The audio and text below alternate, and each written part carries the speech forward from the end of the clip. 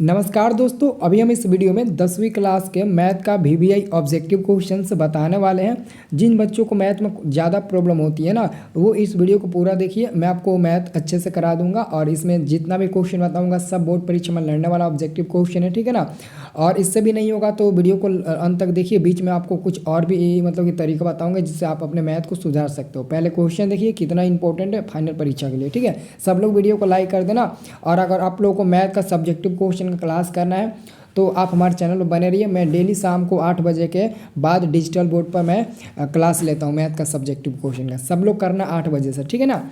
तो बाबू पहला आपका क्वेश्चन है, देखिए ध्यान से देखिए। पहला क्वेश्चन है, निम्न में कौन परिमेय संख्या है। निम्न में कौन परिमेय संख्या है। तो दोस्तों ऑप्शन नंबर बी को देखिए। ऊपर में √2 है, नीचे में √2 है। तो √2 ऊपर नीचे है तो कट जाएगा, तो बचेगा सिर्फ हमारे पास 2। अब देखो 2 रूट से बाहर हो गया ना, तो हमारा यही परिमेय संख्या हो जाएगा। देखो परिमेय अपरिमेय पहचाने का ट्रिक है। अगर कोई संख्या रूट में रहता है और उसका वर्गमूल नहीं निकलेगा तो हमारा क्या होगा, वो हमारा अपरिमेय संख्या हो जाएगा। और अगर कोई संख्या रूट से बाहर है या फिर रूट में भी रहता है लेकिन उसका अगर वर्गमूल निकल जाता है तो वो हमारा परिमेय संख्या बन जाएगा, ठीक है ना। तो इसको याद रखना। आंसर आपका मिल जाएगा पहला का बी नंबर। और दूसरा नंबर बाबू क्वेश्चन है कि किसी धनात्मक पूर्णांक ए तथा बी के लिए ए बी का मौसा गुणे ए बी का लसा निम्न में किसके बराबर होते हैं। तो बाबू ए गुणे बी के बराबर होते हैं। किसके? ए गुणे बी के बराबर होते हैं। क्योंकि एक फॉर्मूला आप लोग को याद होगा, पहली संख्या गुणे दूसरी संख्या बराबर में एलसीएम गुणे एचसीएफ। तो ए को पहली संख्या मान लेंगे, बी को दूसरी संख्या, और बराबर में हमारा एलसीएम गुणे एचसीएफ जो हम लोगों को क्वेश्चन में ही दिया है। तो क्वेश्चन में एचसीएफ गुणे एलसीएम बराबर में पहली संख्या गुणे दूसरी संख्या, तो ए गुणे बी आपका सही उत्तर हो जाएगा, ठीक है। अब देखिए तीसरा नंबर क्वेश्चन। ये क्वेश्चन है, घात 1 वाला बहुपद कहलाता है। बाबू जिसका घात 1 होता है वो कौन सा बहुपद कहलाता है। घात 1 का मतलब कि अगर मानते हैं मैं लिखता हूँ 1 + x + 1 लिखता हूँ, तो यहाँ पर x का ऊपर पावर 1 छुपा हुआ है, तो वही हमारा रैखिक बहुपद यानी कि एक घात वाला बहुपद कहलाएगा। तो देखिए रैखिक बहुपद होगा, आंसर सी नंबर में दिया। ये हमारा रैखिक बहुपद हो जाएगा। एक घात वाले बहुपद को रैखिक बहुपद या फिर एक घातीय बहुपद कहेंगे। अब अगला क्वेश्चन है चौथा नंबर। ये क्वेश्चन है, रैखिक बहुपद का व्यापक रूप। देखो रैखिक त्रिघात है ना, त्रिघात बहुपद का व्यापक रूप। तो आपको पता होना चाहिए त्रिघात का मतलब होगा उसका घात 3 होना चाहिए, घात 3 होना चाहिए। तो देखो अगर आपको इसका आंसर नहीं पता है तो थोड़ा सा अपने मन से दिमाग लगाएंगे कि अगर घात 3 वाला हमको मिल जाए तो हमारा त्रिघात हो जाएगा। तो ऑप्शन नंबर सी को देखेंगे ना, ax के पावर 3 + bx² + cx + d, यही हमारा होगा। क्योंकि अंतिम में इसका जो है ना, फर्स्ट में ax के पावर 3, यही हमारा त्रिघात बहुपद को ज़्यादातर सूचित करता है और हम आसानी से पकड़ लेंगे कि यही हमारा आंसर हो जाएगा। तो क्या आंसर मिल जाएगा? सी नंबर वाला। अगला क्वेश्चन 5 नंबर देखिए। तो 5 नंबर क्वेश्चन है आपका, यदि sin a बराबर 3/4 तो cos a बराबर क्या होगा। तो बाबू ये बताओ कि sin a बराबर आपको पता है 3/4 होता है। 3/4 यानी कि p/h होता है। sin का मान p/h होता है ना, तो p और h का मान दिया है लेकिन b का मान नहीं दिया है। तो आप सबसे पहले b का मान निकाल लीजिए। तो b का मान निकालने के लिए फॉर्मूला क्या होता है, b बराबर हमारा होता है अंडर रूट में h² माइनस में हमारा p² होता है। तो h का मान कितना, 4 का स्क्वायर 16 माइनस p का मान 3 है तो 3 का स्क्वायर 9, तो 16 में से 9 हो गया, रूट में 7 मिल जाएगा। जब हमारा b का मान रूट में 7 मिल गया तो cos थीटा बराबर क्या होता है, cos थीटा बराबर b/h होता है। तो b का मान हमने निकाला है √7, तो ऊपर √7 होगा और h का मान हमारा 4 है। मतलब कि ये डी नंबर वाला आंसर निकल के मिलेगा, √7/4 बी नंबर वाला आंसर मिलेगा ना। देख लीजिए रूट में 7/4, ठीक है। अब देखिए अगला क्वेश्चन आपका 6 नंबर है कि tan a बराबर होगा। बाबू tan a बराबर आपका फॉर्मूला होता है cot 90 - a, ये हमारा tan a के बराबर होता है। किसके?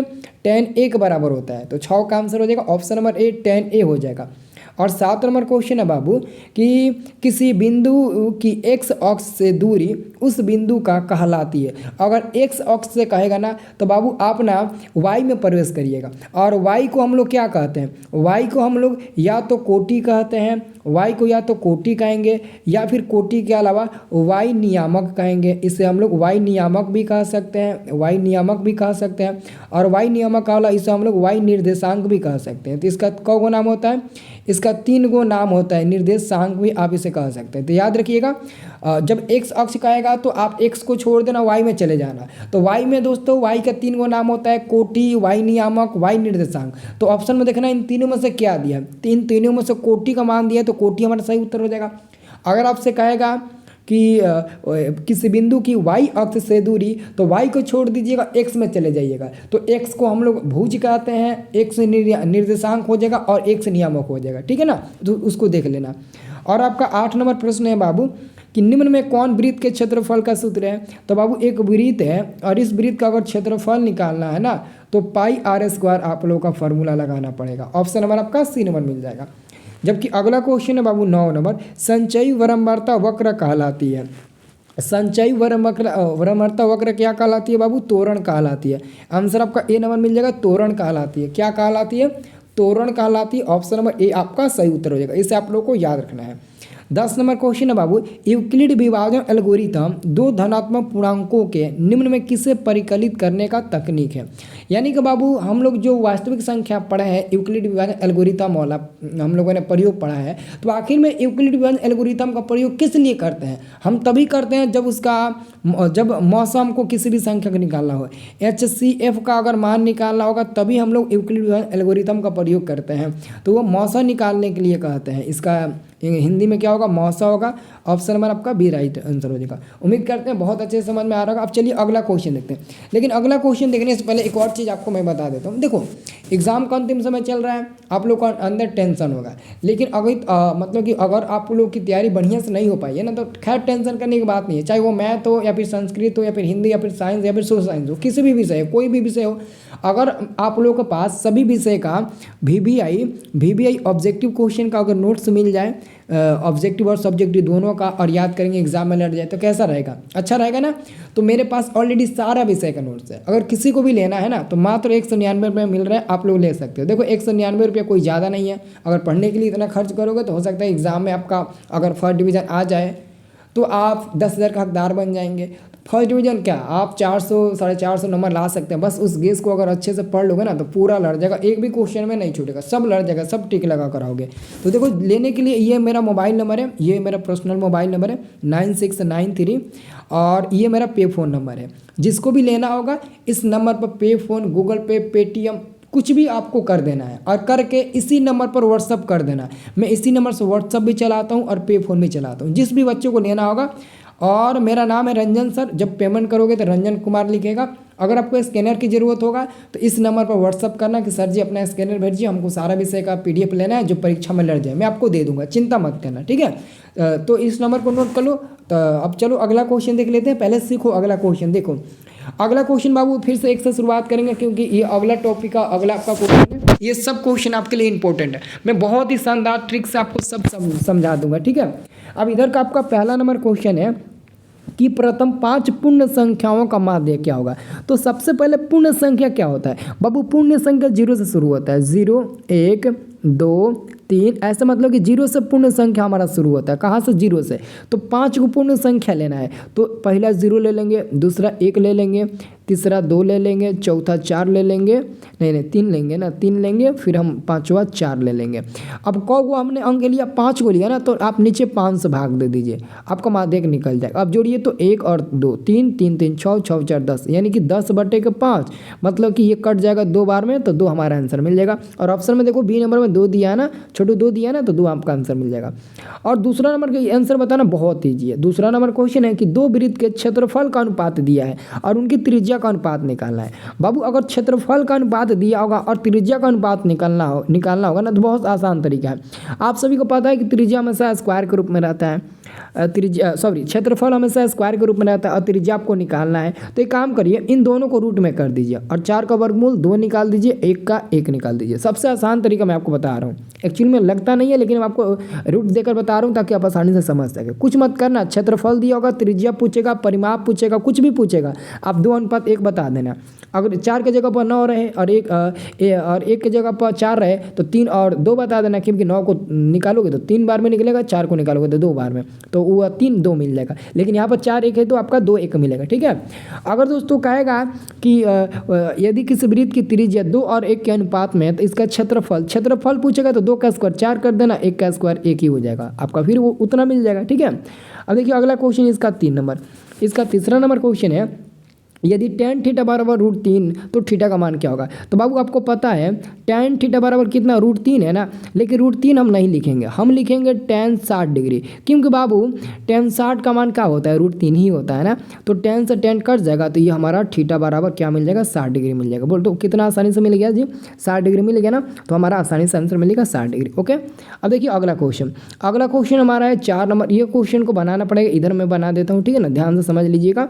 4 नंबर क्वेश्चन है cos 60 डिग्री प्लस में 1 और बाटा में cos 60 डिग्री -1। तो cos 60 का मान होता है बाबू 1/2 और प्लस में 1, तो बाटा में भी नीचे भी आपका cos 60 का मान 1/2 होगा और माइनस में 1। इसको बनाओगे तो ऊपर बाटा का जोड़ बनाओगे तो 3/2 मिलेगा, नीचे बाटा का घटाव बनाओगे ना तो माइनस में 1/2 मिलेगा। तो नीचे का 2 कट जाएगा तो ऊपर में 3 बचेगा, नीचे में -1 बचेगा। जब भाग दोगे तो -3 बचेगा, और -3 कहाँ दिया है, -3 देखो बी नंबर में दिया है। ओके, समझ में आ गया ना बाबू, आपका बी नंबर मिल जाएगा। अब चलिए अब क्वेश्चन नंबर 5 का सोल्यूशन देख लेते हैं। क्वेश्चन नंबर 5 का सोल्यूशन देखिए, यदि अल्फा और बीटा बहुपद f(x) बराबर x² प्लस में x प्लस 1 के मूल हो तो 1/α प्लस 1/बीटा। तो बाबू यहाँ से सबसे पहले आप a का मान निकालिए, तो a का मान निकालिएगा तो 1 मिलेगा, b का भी मान निकालिएगा 1 मिलेगा, यहाँ तक कि c का मान निकालिएगा तब भी 1 मिलेगा। तो आपको मान निकालना 1/α प्लस 1/बीटा का, यही निकालना है ना।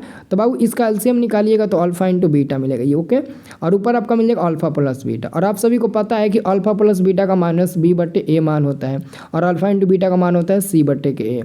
तो a से 1 कट जाएगा तो ऊपर आपका बचेगा -b/c। अब बताइए b का मान क्या है, b का मान 1 है ना, तो -1 हो जाएगा, और c का भी मान 1 है, तो -1/1 क्या हो जाएगा, -1 हो जाएगा। क्या हो जाएगा, -1, और -1 आपको इधर बी नंबर में दिया है। कहाँ पर, बी नंबर में दिया है, ध्यान से देखिए, आपका बी नंबर सही उत्तर हो जाएगा। -1 मिलेगा, +1 भी दिया तो गलती मत करना, -1 मिलेगा। ओके, अब देखिए अगला क्वेश्चन 6 नंबर, ये 6 नंबर क्वेश्चन है आपका, ध्यान से देखिएगा। 6 नंबर क्वेश्चन है कि एक द्विघात बहुपद के मूलों का योगफल और गुणनफल इतना दिया है। तो द्विघात बहुपद क्या होगा, देखो बाबू, योगफल का मतलब होता है अल्फा प्लस बीटा, तो अल्फा प्लस बीटा बराबर आपका 2 दिया है, और गुणनफल का मतलब होता है अल्फा इंटू बीटा, और ये दिया है आपका -15।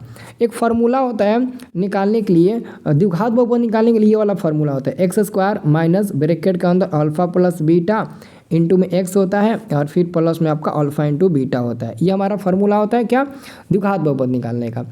तो यहाँ पर हमारा x² हो जाएगा, माइनस अल्फा प्लस बीटा का मान 2 है ना, तो -2x हो जाएगा, यहाँ पर x है, और फिर अल्फा इंटू बीटा का मान -15 तो -15 हो जाएगा। अब देखो ऑप्शन नंबर डी नंबर में दिया है कि नहीं, x² माइनस 2x और -15, तो वही आपका डी नंबर वाला सही उत्तर हो जाएगा।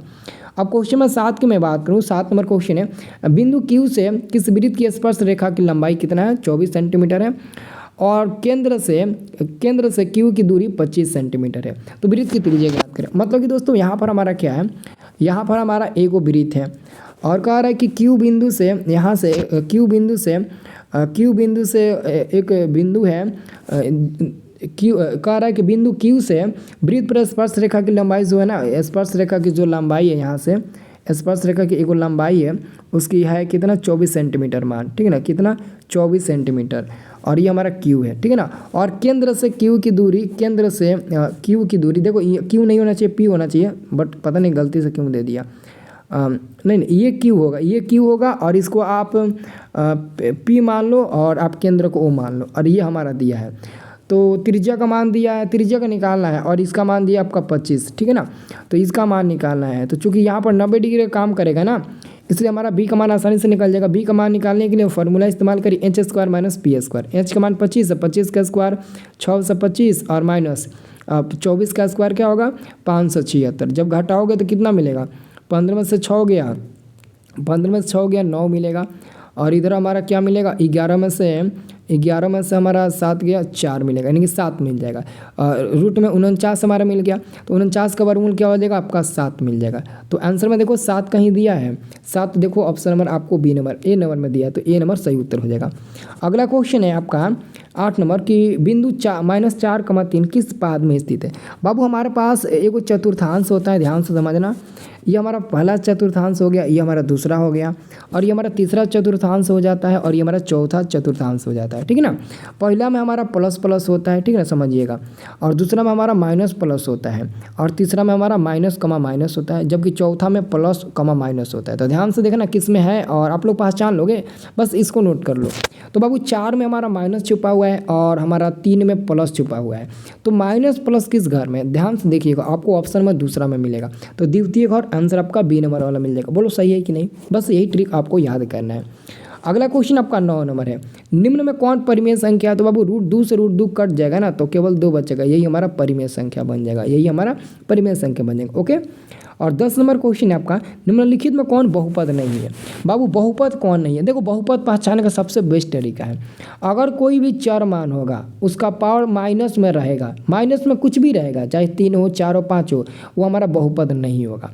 अगर चर मान बाटा में आ गया तभी वो हमारा क्या हो गया, अगर चर मान बाटा में नीचे आ गया ना तभी वो हमारा बहुपद नहीं होगा। अगर चर मान रूट में आ गया और उसका वर्गमूल नहीं निकलेगा, वो भी हमारा बहुपद नहीं होगा। तो अब आपको बताना है कि उसमें से कौन बहुपद नहीं है। तो ध्यान से आप, अगर आप लोग देखेंगे ना ध्यान से, इधर देखिए ऑप्शन नंबर सी को, और चर मान क्या आ गया, नीचे में बाटा में आ गया x, मतलब कि हमारा बहुपद नहीं होगा। बाकी सब कंडीशन देख लो, सब कंडीशन सही है, कोई भी कंडीशन गलत नहीं है, हमारा बस 3 नंबर वाला कंडीशन गलत है, वो हमारा बहुपद नहीं होगा। ठीक है।